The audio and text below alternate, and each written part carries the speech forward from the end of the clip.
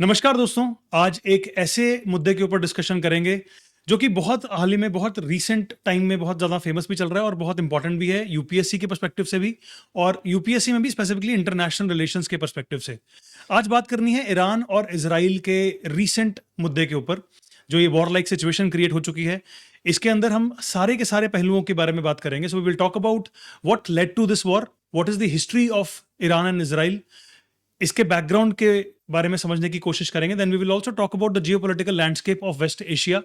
Geopolitical landscape of West Asia के अलावा we will talk about role of USA, we will talk about role of China, super powers के diplomacy के channels को explore करने की कोशिश करेंगे। उसके बाद then we will move on to areas like global oil markets का क्या इम्पैक्ट हो सकता है, we will talk about trade routes का क्या इम्पैक्ट हो सकता है, we will talk about non state actors like Houthis in areas of West Asia, इनका रोल क्या हो सकता है, लेबनान में जो नॉन स्टेट एक्टर्स हैं इनका रोल क्या हो सकता है। Then we will move on to India, इन सब चीज़ों का इम्पैक्ट इंडिया के ऊपर रीसेंट टाइम्स में क्या हो सकता है और फ्यूचर में इसके ऊपर क्या इम्पैक्ट देखने को मिल सकता है। So it is going to be a very enriching discussion. And for this discussion, I have Anuj sir with me, who is an expert in international relations, and I am Dikshant. So Anuj sir teaches polity and international relations at Raj IAS, and I teach internal security. Sir का PSIR optional है और मेरा anthropology optional है।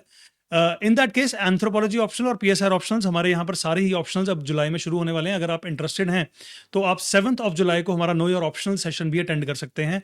उसका भी link हम आपको इस पॉडकास्ट की डिस्क्रिप्शन वीडियो में दे देंगे। So let us move on to the exact point where we wanted to begin. Sir, welcome to this session first of all. Thank you, sir. Now moving directly straight forward to the question, sir, what is the history behind Iran and Israel?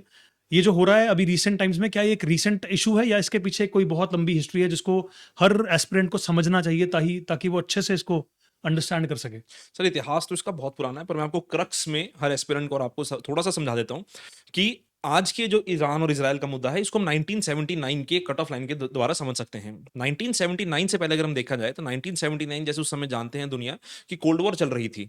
तो 1979 से पहले जो था, Iran में एक friendly रजीम थी जो US friendly रजीम थी। तो उस समय के ऊपर इजराइल क्योंकि यूएसए का अलाय है, तो ईरान में जो यूएस फ्रेंडली रजीम थी वो भी एक अलाय की तरह ही काम करती थी। 1979 में वहां पे हुआ इस्लामिक रेवोल्यूशन। तो जो 1979 का इस्लामिक रेवोल्यूशन है, उस इस्लामिक रेवोल्यूशन ने बिल्कुल सब कुछ तब्दील कर दिया, वेस्ट एशिया के इतिहास में भी और साथ ही साथ ग्लोबल पॉलिटिक्स के इतिहास में भी। तो वहां पे आयतुल्लाह खमेनी ने एक तरह से इस्लामिक रेवोल्यूशन को लीड किया, जिसके बेसिस के ऊपर ईरान में एक इस्लामिक रिपब्लिक का जन्म होता है। तो जो पिछली ईरानियन गवर्नमेंट थी, ऐसा माना जाता है, ऐसा कहा जाता है कि वो एक प्रोग्रेसिव, एक वेस्टर्न लिबरल आइडिया को फॉलो करने वाली सरकारें थी।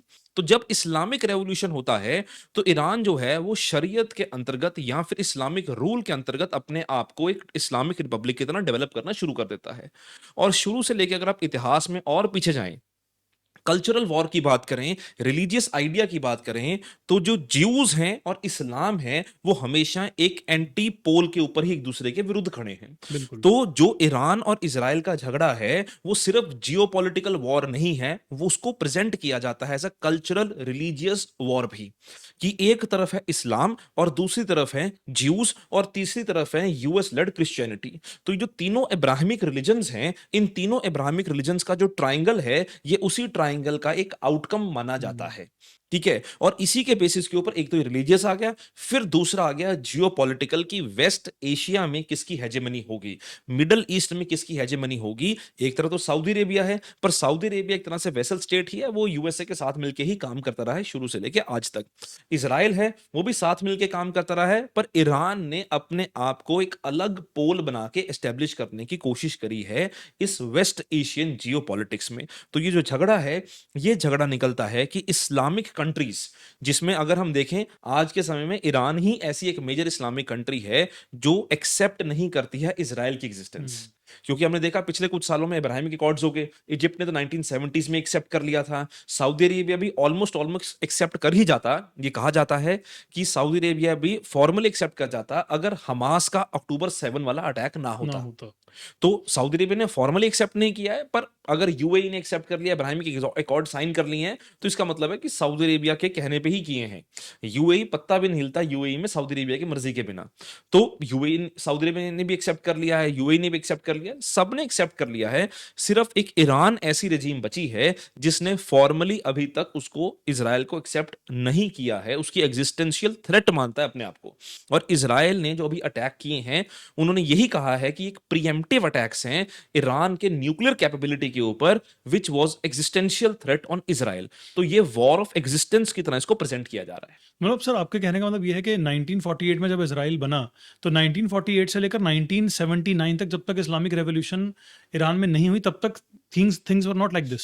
No, things were not like this. मैं ये भी नहीं कहूंगा कि दे वर एब्सोल्युटली नॉर्मल, क्योंकि उन सब के ऊपर एक सरगना बैठा था, एक बेताज बादशाह बैठा था जिसका नाम था यूएसए। यूएसए, तो करेक्ट। वो यूएस के अलायंस के चक्कर में दोनों चुपचाप काम कर रहे थे एक साथ, पर जो कल्चरली और इंटरनली प्रॉब्लम्स थी वो तो एग्जिस्ट करती थी, वो तो गवर्नमेंट ने कंट्रोल करके रखा था, और जब वो गवर्नमेंट हटी तो एक तरह से वॉल्केनो ब्लास्ट हुआ। मतलब इस्लामिक रेवोल्यूशन के बाद 79 में the war actually began to become this big. हाँ, और सर रिसेंट टाइम से भी अगर हम देखें, हमने इसराइल और ईरान का ऐसा डायरेक्ट कॉन्फ्रंट्रेशन देखा नहीं था बहुत लंबे समय में। तो after such a long time we have seen a direct confrontation. How do you think it will impact the entire Middle East? Sir इसका ना सबसे बड़ा रीजन, जैसे आपने बोला कि क्यों नहीं इतने समय से डायरेक्ट कॉन्फ्रंटेशन देखा था, एक ना एक्सिस ऑफ रेजिस्टेंस बन चुका था। वो एक्सिस ऑफ रेजिस्टेंस, जैसे हम यहाँ पे अपने वीडियो एडिटर साहब को बोल देंगे, संदीप जी को, कि यहाँ पे एक मैप लगा देंगे, जी, वो वो जरूरी रहेगा। एक्सिस ऑफ रेजिस्टेंस के लिए एक मैप लगा देंगे यहाँ पे। तो उसमें अगर आप देखो तो ईरान है, इराक है, और लेबनान तक ये निकलता है, सीरिया आता है और लेबनान तक ये निकलता है। तो ये जो है ना, ये एक्सिस ऑफ रेजिस्टेंस बड़ा इंपॉर्टेंट था इजराइल को टैकल करने के लिए। तो जैसे आपने इंट्रोडक्शन में हिजबुल्लाह की बात की थी, तो लेबनान में हिजबुल्लाह कंट्रोल करके बैठा था, इधर इजराइल के पीछे गाजा पट्टी थी, गाजा पट्टी पे हमास का कंट्रोल था। करेक्ट। तो हिजबुल्लाह और हमास जो हैं, ये नॉन स्टेट एक्टर्स थे जिनको ईरान सपोर्ट करता था, ईरान बैक करता था। अब हिजबुल्लाह जो है, ये एक तरह से फॉर्मली अपने आप को लेबनान में सरकार में स्टेब्लिश करके बैठा हुआ है। ठीक है, और लेबनान का भी इतिहास बड़ा इंटरेस्टिंग है, उसके ऊपर भी कभी हम वीडियो जरूर बनाएंगे आपके लिए। डेफिनेटली।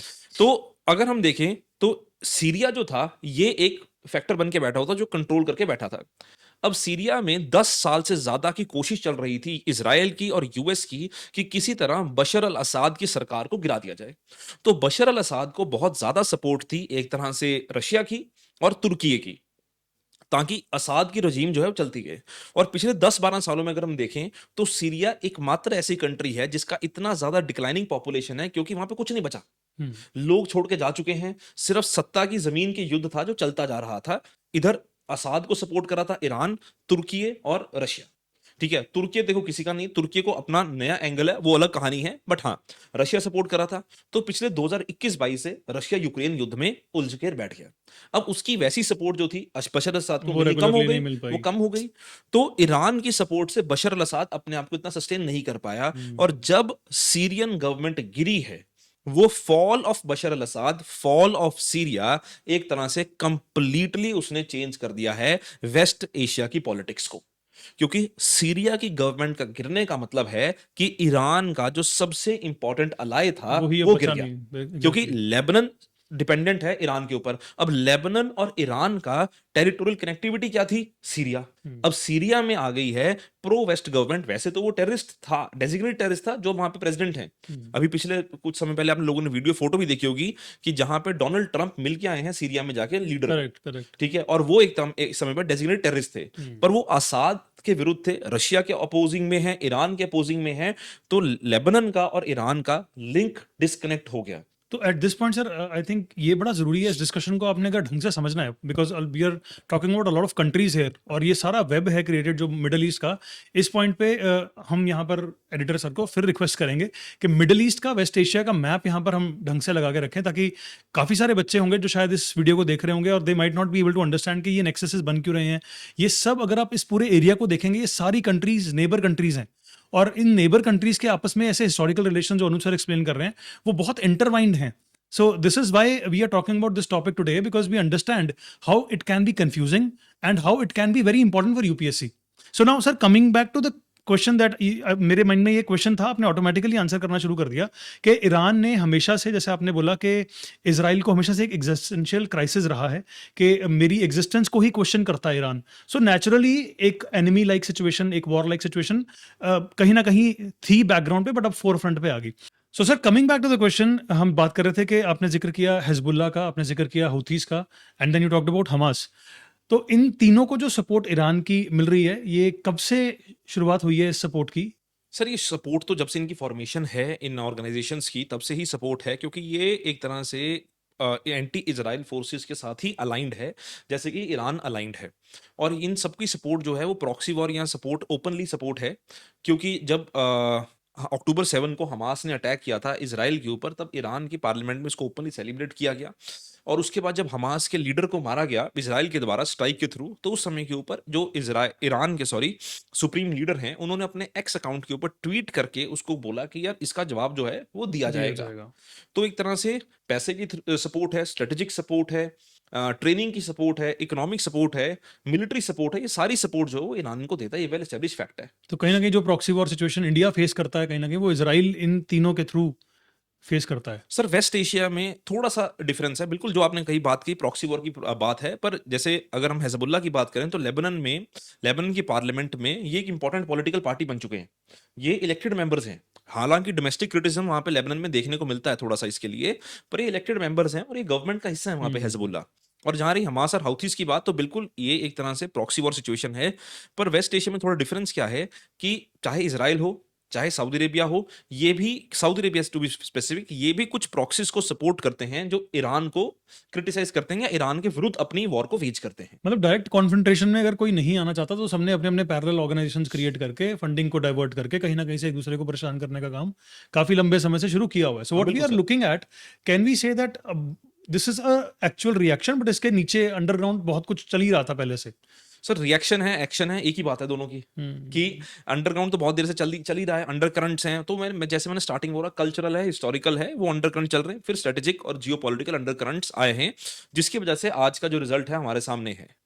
तो सर अब मेरा अगला सवाल स्पेसिफिकली है कि 2025 का जो ये ऑपरेशन राइजिंग लॉयन है, इस ऑपरेशन का ऑब्जेक्टिव था क्या? इस ऑपरेशन का ऑब्जेक्टिव जो था, ईरान पहले तो इजराइल ने बोला था कि एक प्रिवेंटिव स्ट्राइक है, कि ईरान की जो न्यूक्लियर फैसिलिटीज हैं उन न्यूक्लियर फैसिलिटीज को टारगेट करने के लिए स्ट्राइक है, क्योंकि इजराइल ने कहा ईरान का जो न्यूक्लियर फैसिलिटीज ईरान बना रहा है या वेपन्स बना रहा है, वो इजराइल के लिए एग्जिस्टेंशियल थ्रेट है, क्योंकि वो ईरान इजराइल के विरुद्ध ही यूज करेगा। अब इसमें जैसे मैं स्टैनली जोनी जी का एक आर्टिकल पढ़ रहा था, उसमें उन्होंने ये साफ लिखा है कि इस चीज में कोई खास दम नहीं है इजराइल के इस आर्ग्यूमेंट में, क्योंकि ईरान ने कभी भी ये नहीं कहा कि वो जो अपने न्यूक्स हैं उनको इजराइल के विरुद्ध अभी वो यूज करेंगे, जैसा पाकिस्तान बार बार बोलता है इंडिया के विरुद्ध।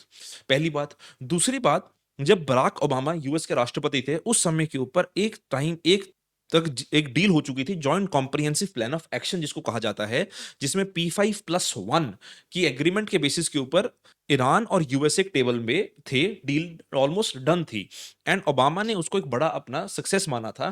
पर जो आज इजराइल के प्राइम मिनिस्टर हैं, उस समय भी वही थे, बेंजामिन नेतन्याहू जो हैं वो इसके बिल्कुल विरुद्ध थे।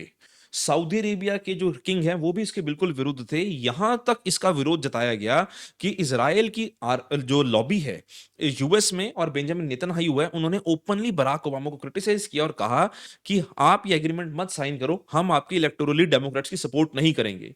डोनाल्ड ट्रंप उस टाइम पहली बार इलेक्शन लड़ रहे थे और डोनाल्ड ट्रंप ने भी ओबामा को क्रिटिसाइज किया, और जब ट्रंप जीत के आए उसके बाद ट्रंप ने उस डील से बैकआउट करा।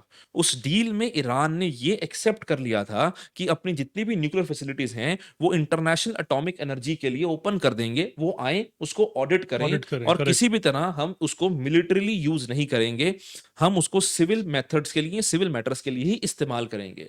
और जो अभी ईरान की डील चल रही थी यूएस के साथ, जिसमें ट्रंप ने कहा और इसमें भी ईरान ने यही कहा था कि हम सिविल के लिए यूज करेंगे, वी आर रेडी कि ये इंटरनेशनल ऑर्गेनाइजेशन आए और हमें ऑडिट करे। तो स्टैनली जोनी साहब ने कहा कि अगर ईरान इसके लिए रेडी था, तो इजराइल उसको एग्जिस्टेंशियल थ्रेट बना के कैसे प्रेजेंट कर रहा है, क्योंकि इजराइल और यूएसए सेम पेज पे हैं। वो चाहते हैं पहला कि न्यूक्स कैपेबिलिटी ना हो। अब दूसरी इंपॉर्टेंट बात हो चुकी है, दो ऑप्शन और इजराइल ने दी हैं। इजराइल ने कहा है वी वांट रेजिम चेंज। तो बात बिल्कुल क्लियर है, यूएस अपने वही पुराने एजेंडे के ऊपर आ चुका है कि या तो बिल्कुल देश का सत्यानाश कर दिया जाए या तो रेजिम चेंज हो जाए। और जितने भी हुँ। कंट्रीज ने, इस्लामिक कंट्रीज ने, चाहे फिर वो लीबिया हो, चाहे फिर वो इराक हो, जिन्होंने भी यूएस के साथ हाथ मिलाया है, आप हम सबके सामने हैं कि उनका रिजल्ट क्या है। तो अल्टीमेटली रेजिम चेंज की बात हो रही है। तो सर जैसा आपने भी ज़िक्र किया कि न्यूक्स की जो कैपेबिलिटी है, सारा का सारा मुद्दा कहीं ना कहीं प्रेजेंट ये किया जा रहा है कि न्यूक्लियर कैपेबिलिटी ईरान बना रहा है और शायद इसको मिलिटरीली यूज कर ले, इससे पहले कि वो न्यूक्लियर कैपेबिलिटी बने उसको अटैक कर देते हैं हम, Operation Rising Lion. But sir, अब जब भी ईरान और इसराइल की बात हो रही है तो पिछले कुछ समय से न्यूक्लियर नॉन प्रोलिफरेशन ट्रीटी के बारे में, एनपीटी के बारे में भी रेगुलरली आर्टिकल्स आ रहे हैं। आई वुड वांट के अगर आप एस्पिरेंट्स को जो भी हमारी वीडियो देख रहे हैं, आप एक बार समझाएं कि एनपीटी ट्रीटी है क्या, क्या ईरान उसका पार्ट था, अगर ईरान उसका पार्ट था तो फिर ये सारा मुद्दा बनना शुरू कैसे हो गया? सर देखो, नॉन प्रोलिफरेशन ट्रीटी जो है ये 1960s में कोल्ड वॉर के समय पे आई हुई ट्रीटी थी, जब दुनिया में ये लग रहा था कि जो न्यूक्लियर कंट्रीज हैं वो बढ़ती जाएंगी और जो न्यूक्लियर वेपन स्टेट हैं वो बढ़ती जाएगी। क्योंकि ये देखा गया कि यार एक तरफ से बैलेंस ऑफ टेरर का इसको कंसेप्ट दिया गया कि आर्म फोर्सेस जो हैं वो कंट्री जो हैं वो न्यूक्लियर वेपन्स अपनी इंक्रीज करते जाएंगे, और हो सकता है कभी ना कभी ये ऐसे लोगों के हाथ में चले जाएं which can become an existential threat for the entire world, जैसा कि पाकिस्तान है जो एग्जिस्टेंशियल थ्रेट है दुनिया के लिए, दुनिया को रियलाइज नहीं होता पर है। तो इसके लिए एनपीटी आया, तो एनपीटी में ये कहा गया था कि जो उस समय पर न्यूक्लियर वेपन कंट्रीज हैं या न्यूक्लियर कंट्रीज हैं वो तो कंटिन्यू रखेंगी, पर बाकी कोई कंट्री जो है वो न्यूक्लियर वेपन कंट्री या न्यूक्लियर कंट्री नहीं बन सकती, कैपेबिलिटी नहीं लेके नहीं आएगी। लेके आ सकती अपने लिए। उसके लिए एग्रीमेंट साइन करने की बात की गई थी, काफी सारी कंट्रीज ने इसको साइन किया, इंडिया ने आज तक इसको साइन नहीं किया क्योंकि इंडिया इसको एक डिस्क्रिमिनेटरी ट्रीटी मानता है, क्योंकि ये ट्रीटी ये बोलती है कि और कोई कंट्री नहीं कर नहीं सकता, कर बट हम सकती, कर सकते पर हैं। जो कंट्रीज उस समय के ऊपर न्यूक्लियर कंट्रीज हैं वो अपनी स्टॉक पाइल को इंक्रीज कर सकती इंक्रीज हैं। कर सकते तो हैं। इसमें हॉरिजॉन्टल प्रोलिफरेशन के ऊपर रिस्ट्रिक्शन है, वर्टिकल प्रोलिफरेशन के ऊपर कोई रिस्ट्रिक्शन नहीं है, जिसकी वजह से इंडिया ने इसको साइन नहीं किया। तो सर, क्या ईरान इसका सिग्नेटरी है NPT नहीं का? सर, अभी के लिए तो ईरान इसको नहीं मानता। ठीक है, जैसे नॉर्थ कोरिया भी एक बार इसका मेंबर बना था, फिर वो बाहर निकल बाहर गया। निकल गया, वो करेक्ट एक कंट्री की सॉवरेनिटी के ऊपर कुछ नहीं होता, करेक्ट। ठीक है ना, कि चाहे रिलीजन हो, चाहे इंटरनेशनल एग्रीमेंट्स हो, कुछ भी हो, कंट्री की सॉवरेनिटी के ऊपर, नेशनल इंटरेस्ट के ऊपर कुछ नहीं होता। कई कंट्रीज ऐसी भी हैं जो इसके मेंबर भी हैं पर फिर भी वो इसको नहीं मानती, फिर भी इसकी वायलेशन करती हैं। ठीक है, तो ईरान ने बोला है कि हम सब कुछ मान लेंगे, आप आके हमारा टेस्ट कर लो। तो अब क्या ये sir, sorry to cut you in sir, क्या इजराइल एनपीटी का पार्ट है? नहीं सर, ना इजराइल है ना ईरान है, अकॉर्डिंग टू यू। तो इन दैट केस एनपीटी एक ट्रीटी, फिर इसमें तो समझ में आ रहा है कि इसमें इस मुद्दे में एनपीटी का सच रोल कुछ खास बनता ही नहीं है। Only is that the US wants to Sorry. Create his और हर ओन हेजेमनी कि मैं सबसे टॉप पर बैठूं और I should be the one who should be regulating nuclear use across the world. It is not only about nuclear use, it is also about couple of more things. सबसे important चीज है जो global trade chains है, दूसरी बात है oil supply है, non conventional source of energy है, फिर काउंटरिंग चाइना है। क्योंकि जब से यूएस थोड़ी सी उसने बैकआउट करना शुरू किया है वेस्ट एशिया से और साउथ एशिया से, साउथ एशिया जैसे अफगानिस्तान की अगर हम बात करें, तब से चाइना अपने प्रेजेंस को इंक्रीज करने की कोशिश कर रहा है। और हम इस चीज को हमेशा ना एक नैरोर स्पेक्ट्रम में समझते हैं कि यूएस वेस्ट एशिया में इंटरफेयर कर रहा है क्योंकि इजराइल की वजह से। यूएस का लार्जर गोल चाइना भी है, क्योंकि जैसे इजराइल ईरान की डील, सऊदी अरेबिया की डील की बात हुई तो चाइना ने बोला कि हम डील करवा देंगे। पैलेस्टीन इजराइल की बात करी, चाइना ने बोला हम डील करा देंगे। यूएस दुनिया को ये बताना चाहता है कि चाइना नहीं है, जो भी है हम ही हैं। तो एक लार्जर स्पेक्ट्रम में चाइना के काउंटर करने के लिए भी यूएस की स्ट्रेटजी है कि जहां जहां भी वेस्ट एशिया में हमारी एक तरह से डोमिनेटिंग रेजिम्स हो, वो रेजिम्स हो जो फ्रेंडली रेजिम्स हैं, क्योंकि बाकी सारी कंट्रीज तो एक तरह से वेसल स्टेट्स हैं। करेक्ट। ठीक है, कतर छोड़ दो आप, कतर एक बड़ा यूनिक देश है जो चल रहा है और बड़े अच्छी तरह से चल रहा है। ठीक है, उसके अलावा वेसल स्टेट्स हैं। तो यूएसए चाहता है कि हमारी प्रेजेंस वेस्ट एशिया में रहे। अक्सर लोग क्रिटिसाइज करते थे और ये बोलते थे कि US has moved beyond West Asia and South Asia to Indo Pacific. तो यूएस ने बोला है कि हम इंडो पैसिफिक में भी हैं, हम साउथ एशिया में भी हैं, जैसे भी इंडो पाकिस्तान के मामले में ट्रंप बार बार बोल रहे हैं, और हम वेस्ट एशिया में भी हैं। ट्रंप ये बताना चाहते हैं कि यूएसए एक यूबिक्यूटस ओमनी प्रेजेंट देश है जिसकी वजह से ही सारी दुनिया चल रही है, चाहे चाइना भी हो। So in that case sir, China का इसमें इन्वॉल्वमेंट होना, उसके एक कारण तो चलो समझ में आता है कि चाइना की काफ़ी अच्छी ह्यूज इन्वेस्टमेंट्स ईरान के अंदर भी हैं, but apart from that China is also now getting involve directly. हम देख रहे हैं वहाँ से भी स्टेटमेंट्स निकलनी शुरू हो गई हैं। इनफैक्ट चाइना तो छोड़ो, इनफैक्ट पाकिस्तान से भी स्टेटमेंट्स कुछ रिलीज हुई हैं कि हम भी न्यूक्लियर वेपन्स यूज़ कर देंगे। So how do you think is this going to play in the future कि चाइना, ईरान, पाकिस्तान जो नेक्सस एक बन रहा है इसका, और अब तो अफगानिस्तान का भी जो हम रिलेशंस देख रहे हैं, they have improved with China, they have improved with Pakistan. So how do you see this entire area progressing in the future? इसमें सर कुछ नहीं है, Pakistan will never go against America. Pakistan कभी अमेरिका के विरुद्ध नहीं जा सकता। ठीक है, पाकिस्तान के जैसे आपने बोला कि न्यूज़ की बात हुई, तो पाकिस्तान के मिनिस्टर ने पार्लियामेंट में खड़े होकर बोल दिया कि वो फेक न्यूज़ है, हमने ऐसा कुछ नहीं कहा। एक ना इस्लामिक वर्ल्ड में एक बड़ा पुराना आइडिया है द फॉर्मेशन ऑफ उमा। उसमें कहा जाता है कि जो भी कंट्रीज हैं, इस्लामिक कंट्रीज हैं, they should move beyond their territory and they should try to create a larger Islamic world. Religion is over nationalism. ये सब मिथ है। हम्म, चाहे अफगानिस्तान हो, चाहे पाकिस्तान हो, चाहे ईरान हो, सारे के सारे सिर्फ अपनी टेरिटरी की, अपने नेशनल इंटरेस्ट की बात करते हैं। आप ये देखो कि आज के समय कौन सी ऐसी इस्लामिक कंट्री है जो आउट इन ओपन आके ईरान को सपोर्ट कर रही है? नहीं अभी तो कोई भी नहीं, there are no public statements being ना ही रिलीज्ड। कोई करेगा। तो Iran is left on its own to fend for itself. तो पाकिस्तान ने बोल दिया कि हमने कुछ नहीं किया। चाइना की खास बात क्या है कि चाइना एक ट्रेडिंग स्टेट के पर्सपेक्टिव से निकलता है। चाइना मिलिट्री स्टेट नहीं है। चाइना डोमेस्टिकली मिलिट्री स्टेट है, internationally military internationally state trade के नहीं है, ऊपर ट्रेड के ऊपर और काम स्ट्रेटजी के करता ऊपर है, रिलायंट करेक्ट। है। तो चाइना ने बोला कि रिस्ट्रेंट करो। चाइना ने ये नहीं कहा कि आपको हम सपोर्ट ऐसे करेंगे कि जैसे यूएस अपने अलाइज को सपोर्ट करता है, यूएस इजराइल को सपोर्ट कर रहा है। चाइना वो नहीं करेगा। वो नहीं करेगा, करेक्ट। पाकिस्तान के पास कुछ देने को नहीं है और पाकिस्तान भी कभी नहीं करेगा। अगर पाकिस्तान ने करना होता तो पाकिस्तान के जो फील्ड मार्शल हैं so called, general Asim Munir, वो यूएस क्यों जाते? ठीक है, अफगानिस्तान नहीं सपोर्ट करेगा क्योंकि अफगानिस्तान और पाकिस्तान की तो अच्छा रिलेशन नहीं है, वो प्रेजेंट किया है चाइना ने। पर अदरवाइज तालिबान और पाकिस्तान का कोई अच्छा संबंध नहीं है नहीं फिलहाल। और तालिबान नहीं चाहता किसी भी तरह से पाकिस्तान ग्रो करे। और तालिबान को इस चीज की भी अंडरस्टैंडिंग है कि वो इंडिया के साथ ऐसे रिश्ते नहीं बिगाड़ सकता पाकिस्तान के पर्सपेक्टिव से। ठीक है, तो तालिबान जो है वो चाइना के साथ रिलेशनशिप बना रहा है, उनको ट्रेड चाहिए, उनको पैसा चाहिए। ठीक है, और जो चाइना उनको प्रेजेंट कर रहा है और चाइना उनको दे रहा है, इंडिया उनको ट्रेड दे रहा है, इंडिया उनको डेवलपमेंट दे रहा है, वो इंडिया से रिलेशनशिप बना रहे हैं। तो तालिबान भी एक तरह से सिर्फ अपने नेशनल इंटरेस्ट को ही सोच समझ प्रोटेक्ट के करेगा। डिसीजन ले रहा है। अदरवाइज ये जो खिचड़ी आप जैसे बोल रहे हैं कि चाइना, पाकिस्तान, ईरान, अफगानिस्तान, ये सिर्फ कागजी है, ये ख्याली पुलाव है दुनिया के, इसका कोई ग्राउंड रिजल्ट नहीं है, ग्राउंड रियलिटी नहीं है। Very interesting thought sir.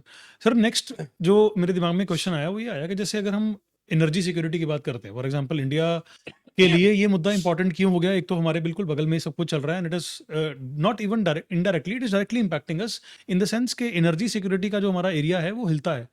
I was reading this data point के almost 80% of oil comes with the help of this strait of Hormuz which is directly under Iran. So क्या अगर ये मुद्दा कल को और ज़्यादा बढ़ गया या फिर ये वॉर लाइक सिचुएशन और ज़्यादा गंभीर हो गई, how will India react and what will be India situation? How will this entire situation impact India at that point? देखो, इंडिया ने इस चीज की, तो एनर्जी सिक्योरिटी इंडिया में इतनी है कि अगर कोई वॉर भी हो जाती है तो एनर्जी सिक्योरिटी वाइज इंडिया को एज ऑफ नाउ कोई थ्रेट नहीं है फॉर एन ईयर और सो।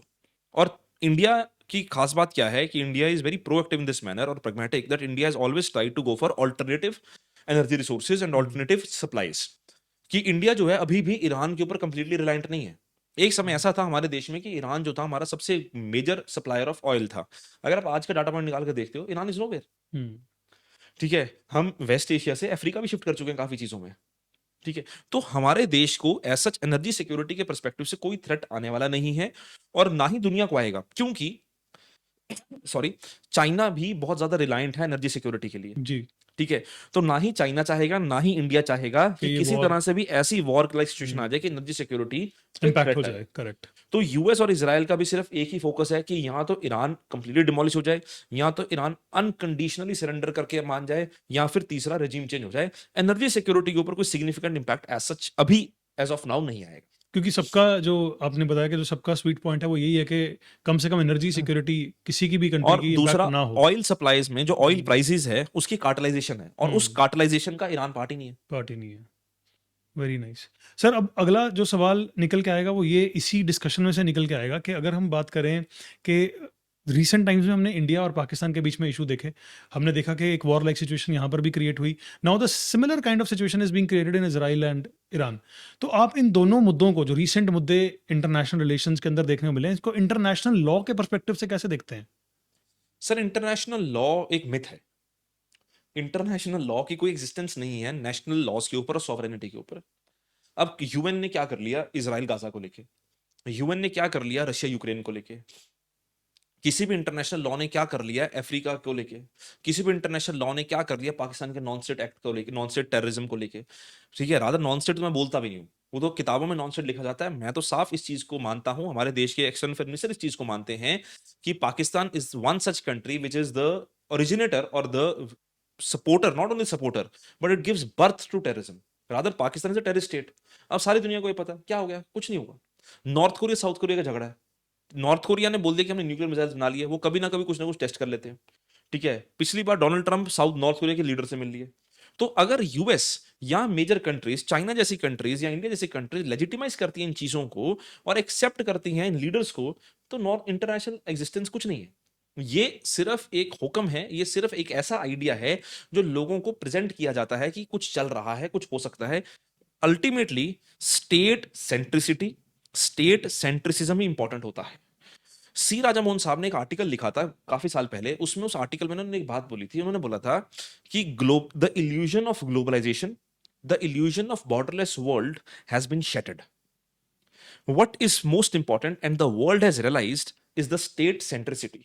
अब एक बात मेरे को खुद बताइए, अगर आपको ये ऑप्शन दी जाए कि इंडिया के इंटरेस्ट को पैरामाउंट रखा जाए या वर्ल्ड के इंटरेस्ट को पैरामाउंट रखा जाए, कोई आप शक किसके नहीं, इंटरेस्ट को पैरामाउंट इसमें तो रखेंगे? कोई शक नहीं है। Obviously India will come number तो 1। कहाँ गया वर्ल्ड, हाँ। कहाँ गया cosmopolitanism? So in that case do you see these kind of issues bringing forward? मतलब आगे चलते भी आपको लग रहा है कि ऐसे इश्यूज और बढ़ेंगे? क्योंकि अगर आप इतना ज़्यादा स्टेट सेंट्रिक होके अपने ही सिर्फ एरियाज के बारे में सोच के आप किसी फॉरेन लैंड के ऊपर अटैक्स करेंगे, तो do you think this will lead to an unsafer world in the future? Sir ये अटैक्स नहीं है, ये नेशनल इंटरेस्ट है। National interest, everything is fair in national interest, national interest is supreme. International relations में ना, मैं अक्सर optional के बच्चों को पढ़ाता हूँ, मैं जीएस में भी ये चीज बताता हूँ बच्चों को कि इंटरनेशनल रिलेशंस में ना सबसे प्राइमरी फैक्टर मॉर्गेंथ्यू नामक रियलिज्म के थिंकर हैं। He is considered the father of modern realism. उन्होंने प्रिंसिपल्स दिए हुए हैं रियलिज्म को लेके। उसमें उन्होंने एक बात बोली है, एक प्रिंसिपल है कि नेशनल इंटरेस्ट इज पैरामाउंट। तो नेशनल इंटरेस्ट से ऊपर कुछ नहीं है। अगर नेशनल इंटरेस्ट टेरिटोरियल इंटीग्रिटी है तो आप उसको सेव करोगे। उसके लिए अगर आपको सॉफ्ट पावर यूज करनी है आप उसको यूज करोगे, अगर आप उसके लिए हार्ड पावर यूज करनी है आप उसको यूज करोगे। The national interest becomes the ठीक सुप्रीम। है, कि नेशनल इंटरेस्ट, जैसे आप इंसान है तो पहला प्रिंसिपल क्या है कि state is equal to man, nature of state is equal to nature of man. आप खुद बताओ कि आपको एक आदमी सामने आपके खड़ा है, ठीक है, आपको उससे खतरा है, आप पहले खतरा फेंड करने की कोशिश करोगे, आप बिल्कुल। पतली गली से निकलने की कोशिश करोगे, बिल्कुल। चल झगड़ा ना हो। पर वो अगर इतना बदतमीज है कि आपका हाथ मरोड़ के थप्पड़ ही मारने लग जाए, तो आप क्या चुप रहोगे? आप मारोगे ना वापस। रिएक्शन आएगा, वैसे ही तो reaction sir state is equal to man, तो nature of state is equal to nature of man. तो अनसेफ वर्ल्ड नहीं है, ये नेशनल पॉलिटिक्स की रियलिटी है। और सेंचुरी से चलता आ रहा है कि world politics is always anarchic. ठीक है, world politics is always anarchic. ये बीच में कुछ सालों के लिए यूएन का हमें चुनचुना पकड़ाया गया कि यूएन जो है संभाल लेगा।